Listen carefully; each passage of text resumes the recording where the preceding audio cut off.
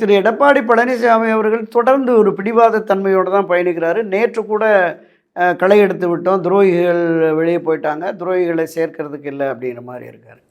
அண்ணா திராவிட முன்னேற்ற கழகத்தில் பயணித்த இந்த 4 பேரையும் நம்ம பார்ப்போம். திரு செங்கோட்டையன், அவர் புரட்சித் தலைவர் எம்ஜிஆர் தொடக்க காலம் முதலே அவருடைய ரசிகராக இருந்தது. 72 கட்சி தொடங்கிய காலம் முதல் இந்த கட்சியில் பல்வேறு ஒரு 8-9 முறை தேர்தலை சந்தித்து வெற்றி பெற்றவர்.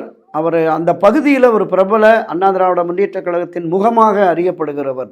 அந்த பகுதியில் மட்டுமில்லை, தமிழ்நாடு முழுவதும் அறிந்த ஒரு தலைவர் தான் திரு செங்கோட்டையன். ஏன் சொல்கிறேன்னா, இந்த 88-89 காலகட்டத்தில் தமிழ்நாடு புறம் செல்வி ஜெயலலிதா கிட்டத்தட்ட ஒரு 38,000-40,000 கிலோமீட்டர் பயணித்தார்கள்.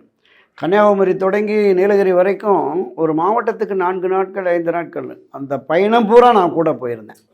அவருடைய எல்லா ஊர்களுக்குமே அவருடைய பயணம், அந்த பயணத்தை திட்டமிட்டு வடிவமைத்து அதை மிகப்பெரிய வெற்றிகரமான பயணமாக ஆக்கியதில் மிகப்பெரிய பங்கு திரு செங்கோட்டையன் அவர்களுக்கும் திருமதி வி.கே. சசிகலா அவர்களுக்கும் தான். இது அவரோட வண்டி கூட 96-29 ஒரு அம்பாசிடர் இருக்காரு, அதில் தான் அவர் பயணிப்பார். அவருடைய அந்த கடுமையான உழைப்பை நான் கூட இருந்தே பார்த்துருக்குறேன். ஒரு 3-4 மணிக்கு கிளம்பும் அந்த கான்வாய் கிளம்பும், இரவு முழுவதும் போவோம். அதிகாலை 6-7 மணி ஆயிரும் நாங்கள் தங்குமிடத்துக்கு வர்றபோது.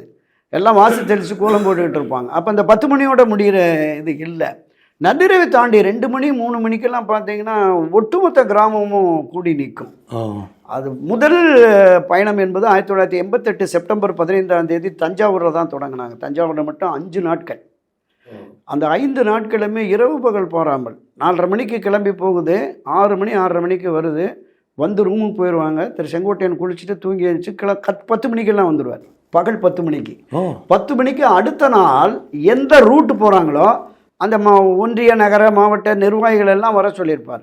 வந்து எந்தெந்த இடம், அம்மா எங்கே பேசணும், எங்கே கூட்டம் அதிகமாக இருக்கும் என்னன்னு சொல்ல ஃபுல்லாக டிக் அடிச்சுட்டு அவங்க ஒரு 60-70 பாயிண்ட் சொல்லுவாங்க. ஒரே நாள் இவ்வளோ முடியாதையா, ஒரு 15-20 இடம் பேசுவாங்க, ஒரு 30-40 இடம் கொடியேற்றுவாங்க.